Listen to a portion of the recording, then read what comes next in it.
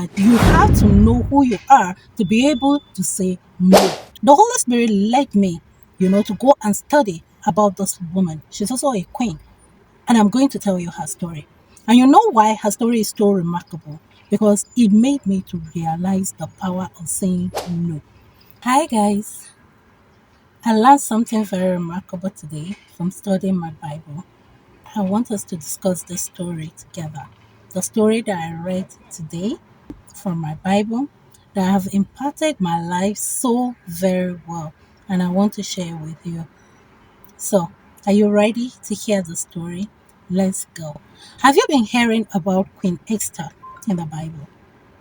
Yes, I know you have, because I have had a whole lot of story concerning Queen Esther, and how she saved her people when she was not even supposed to go to the presence of the king, but she did something very remarkable. She prayed, and God gave her favor in the eyes of the king, and she went to go and meet the king, and the king granted her request. But guess what?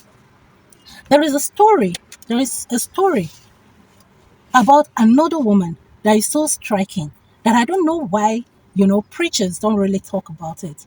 And the story of that woman is so very remarkable. I wonder why preachers don't really talk about her, but they pick only Queen Esther in Esther. There's a book called Esther in the Bible.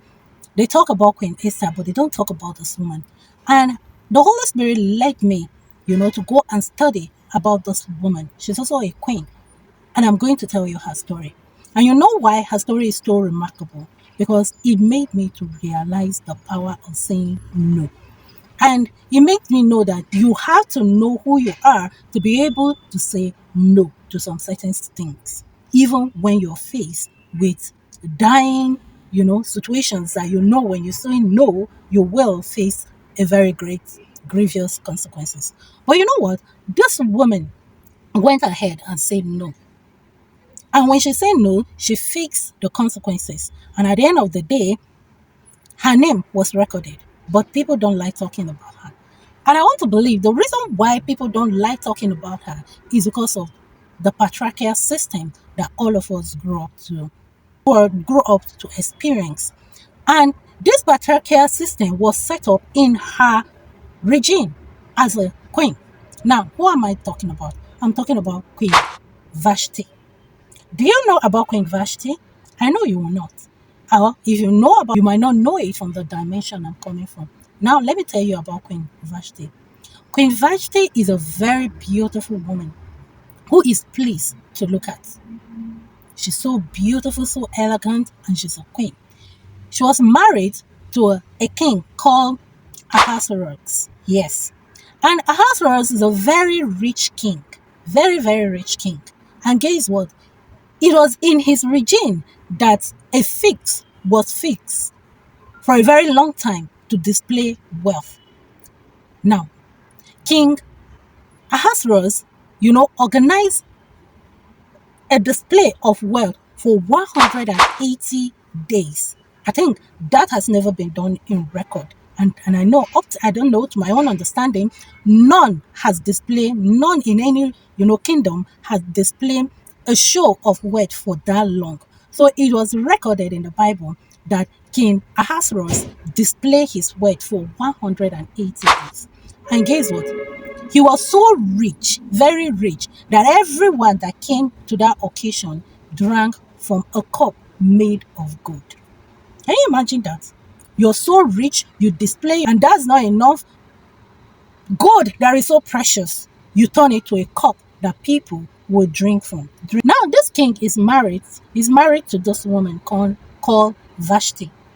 And as the custom of those days is, when the king was displaying his wealth for 180 days, Queen Vashti too was displaying her own too in her own chamber. Because it is not okay for women and men to be together in that regime. So Queen Vashti was also, and I told you, she's married to King Ahasuerus. Now, King Ahasuerus is displaying his own show of works in his own chamber with his own, wise men and princes, while Queen Vashti too was also doing her own in her own chamber. Now, what really amazed me is that it get to a time that King Ahasuerus was drunk. He became so drunk because of the merriment, the celebration, and all that. He became so drunk. And people around him too became so drunk. And guess what came into this man that was drunk? This king that was drunk is to invite his own his own queen to come and display her beauty for the drunk men that were with him. A queen, your queen, to come and display her beauty for drunk men. And you too, as a king, was drunk. You now want your wife, who is a queen, to come and display her beauty among drunk men. And guess what? He sent a message to King Vashti. And according to that custom, a king is not supposed to send a commoner to a queen. But King Ahasuerus, because he was drunk, he didn't know what he was doing. He sent, let me just say, the maid in the kingdom to go and summon Queen Vashti to come and display her beauty for drunk men. So that infuriated Queen Vashti, and she said, "No, I'm not going to come." And when the message got to King Ahasuerus, he was mad, very mad, as in his anger arose, and coupled with the liquid that he consumed, he now became so very angry, and now said, "Why will he send to his queen and she will not come to display her beauty?" And guess what? He seek for how to deal with his own queen. And because he was surrounded with men that were drunk, they gave him the wrong counsel. You see why we need to pray for our leaders, because they might be surrounded with people that are not supposed to be around them, that will not give them the wrong counsel. So the king sought his wise men what should be done to a queen that refuses to obey her husband. Now, those men, the king asks that they should check the law if there's anything to be done to a king like that refused to, obey the call of her husband. And they checked, there was no law like that. Then Memunat, I think his name is Memunat or something, but the one of the wise say, since there is no law like that, you are the king, so set a law. Set a law that will forbid every woman to do that to her husband. Because if it's not a law is not set, definitely it will become a common thing among women. Do you understand? To kind of be forbidding their husband when their husband summon them. So a law was. These men were drunk. They now sharply with their liquor that covered their reasoning and everything, set a law immediately. And the person that advised the king told him that he should send the law that they said to all the province that surround that place, around his kingdom, so that it will become a written law that no woman will do that to her husband. And that's exactly what happened. The king now sealed it, sent it to everywhere, and they now said that every man should take charge of his home. That is the beginning of this headship, and the head of the home and the head of the home started from. Set by, a bunch of men that were consumed with liquor, thinking from the bottle. Now, what is so significant about this, story?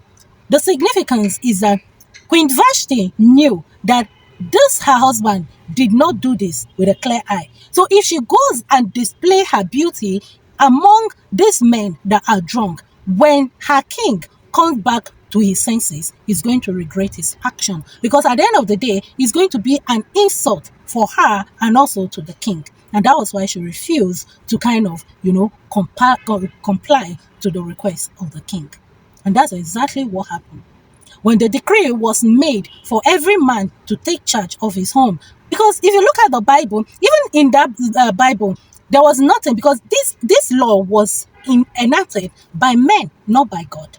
Do you understand? Now, if you look at the Bible, what I was trying to say, if you look at the Bible, you'll find out that the real way that God wants men and women to behave is to have dominion, not upon human being, but upon every creeping creature that God has given to us on earth, not to rule upon each other. But King Ahasuerus and his men, his advisor, change the system. And they now said man should become the head of the woman. And that is the beginning of headship in family. Read Esther chapter 1, finish, and you'll understand what I'm talking about. I made a research and I find out all this. So any man who is claiming hellship in his home, you're using an idea, a law that was set by a bunch of drunkards. Yes, a drunkards. You and your wife, you people are supposed to work together, have dominion, not upon yourselves, but upon the creeping thing that God has given to us on earth, upon the base of the earth, animals, every living thing that God has given, not upon yourself. But you and your wife are supposed to work together as one, having dominion together, because the dominion is given to your wife, to the wife and her husband. Now, guess what? When the liquor was cleared from the eyes of the king, he was sober. He was so sober. He regretted his action. He regretted his action. And when a king decree a thing, it become a law. There is nothing that can be done about it. And that was exactly what happened. And when people that were around him again saw that the king was sober about his action, they placed a decree again. They rallied around him again and gave him another wrong information again. And what was that? That a fix should be organized. A beauty contest should be organized. That all virgins, intelligent virgins, should come and display their beauty before the king so that he can pick, a wife to replace his queen, Vashti. Subscribe to this channel, guys. If you've not, give me thumbs up and then share so that married people will know that they are not supposed to lord upon each other, that I'm the head, I'm the dad. No, that is not what God says concerning marriage. You people are supposed to have dominion together as you work together in building your family. That is the intention of God. Look at the Garden of Eden. That's how God created man and woman to be. Now, the king was planning. And God knows the end of a thing from the beginning thereof. And he knows that there will be a time this king again will take a wrong decision that will clear all the lineage of Jesus. And that's why he positioned Esther even in the context. And guess what? That beauty contest was the first and the last beauty contest that was organized in the Bible. And God took advantage of it and placed Esther in a strategic position, because he knows that there will be Haman that will want to destroy all the tribes that Jesus will come from. He positioned Esther right, and Esther was favored, and the lineage of Jesus was saved from this man that takes decision because of the people surrounding him without reasoning. So you see, no, God knows the end of a thing from the beginning thereof. So this story, impacts my life so very well. And how did it impact my life? It impacted my life so very well, knowing that you as a woman have to know how to say no. As in, say no and make it capital, so that you will not just be pushed here and there, even if the consequences that you will face for saying no is very grievous, like what happened to Queen Vashti. She knows that saying no to the king is going to cost her kingdom, but she went ahead and said no because she knows who she is, and she knows that she cannot just take, what the repercussion that will come after displaying her beauty to drunken men. So learn how to say no, even if it's going to cost you things that you think is very important to you. Learn how to say no, because it will save you from the ridicule of men. I hope this story makes sense to you. You can read more of these stories in Esther. And that's why I keep advising everybody in this, channel, that open the Bible for yourself. Because this story, I've never seen anybody any preacher talk about Queen Vashti. They don't. They don't, because they know that she did something very remarkable. And again, what they were doing was that they don't want women to know about the action of Queen Vashti. But in a way, it was recorded. But still, patriarchy tried to keep it away from women so that they will not know that they have power in saying no. So you and me have the power to say no, especially when we know the action that we're going to take is not the right action. So learn to say no with a capital N-O. For your own good, you will prevent yourself from a whole lot of things, just the way Vashti prevented herself from a whole lot of things. Read it for yourself and you understand what I'm saying. Remember, you're unique, you're special, and you're one of a kind. And I love you so very much. Bye, guys. See you tomorrow. See you in another of my video.